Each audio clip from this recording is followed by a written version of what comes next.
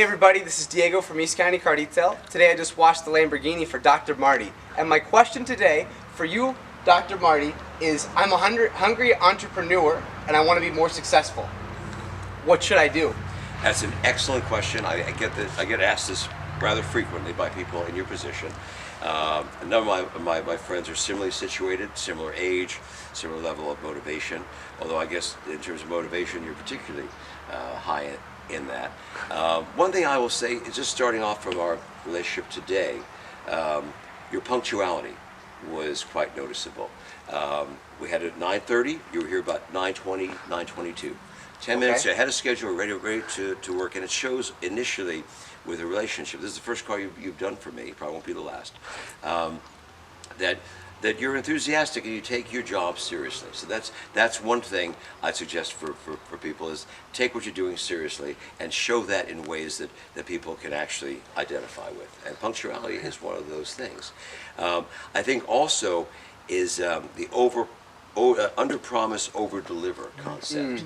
You know, when you say you're going to do something and you have a time frame for it, or you say you're going to do something, you have parameters what you want to do, try to do that little bit more. People will notice it. And in fact, that advice even goes to people that are not yet entrepreneurs, because eventually a lot of us do become entrepreneurs in some way or another. Even if we have a 9-to-5er, we become entrepreneurs in some other aspects of our lives. But even people within 9-to-5 jobs, I always tell people, there's an old saying, dress for the job you want, not for the job you have. I actually did this when I was a resident at UCLA. I trained in ophthalmology initially, then I did a fellowship in plastic surgery over there. And I dressed as well as the attendings did. You know, my fellow residents were wearing jeans and a t-shirt or whatever, and I'm suiting up every day, suiting up and showing up. And it made a difference, I think, in terms of how people would relate to me.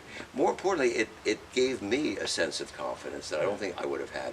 I take it one step further. It's not only dress for the job you want rather than the job you have, but act and behave in a manner consistent with the job that you want. So let's say you have some sort of a lower level position in a company, maybe a receptionist or a secretary or a clerk or something along the lines that maybe isn't considered to be the highest rung on the ladder. It's still a job. It still needs to be done. The countless stories of the mailroom guys making it up to CEO level.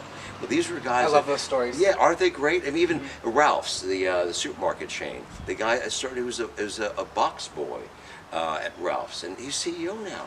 I mean, I don't know. I'm sure there was a lot of interesting things along the way that led up to that, but still, I think those are examples that we can rely upon in terms of whatever job you have.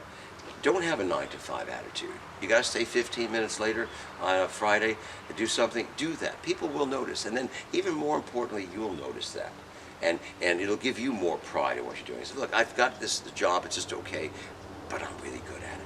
And you can't put a price on that. And again, on an entrepreneurial level, it's even more important. And on a personal service level, it's even more important. You're always very friendly. You're very attentive. When I see you speaking with other people, with me, you pay attention to what's going on. You're not darting around the room looking to see who else you want to talk to. You pay attention when people are speaking. You're very personable, and that goes a long way too. Wow. In medicine, although I don't agree with it, there was an old saw in medicine that used to say, well, success in a medical practice is based on ability, availability, and affability in reverse order. In other words, the most important is being friendly. Second most important was being available, and number 3 was ability. And again, I don't disagree, but I appreciate them not discounting the importance of the affability part, the idea of being friendly, being personable, and it'll help to grow your business. And if you're a friendly, personable guy, people want to refer you to their friends. You know, I got this guy, and he's so friendly, he's so pleasant, does a great job. But oftentimes that's what they'll start describing you as this great. And now the person already wants to meet me, or whoever that person is. And then they'll say, he does a great job at blank, whatever it happens to be. You know, a housekeeper. I got this housekeeper. She's such a nice gal. But that part of that being nice is that they are doing a good job, and you can count on them to actually do that good job. But even on a personal level, I keep that in mind whenever you can.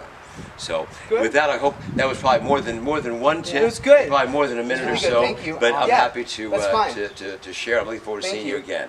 I appreciate it, You have Dr. a great rest of your day. I'm off to shoot a movie in the Fallbrook Country Club now. So I should pretty be on exciting. time. Yes, Yeah. very good. Cool. Thank you. Awesome. All Thank right. you again. Thank you. Appreciate it.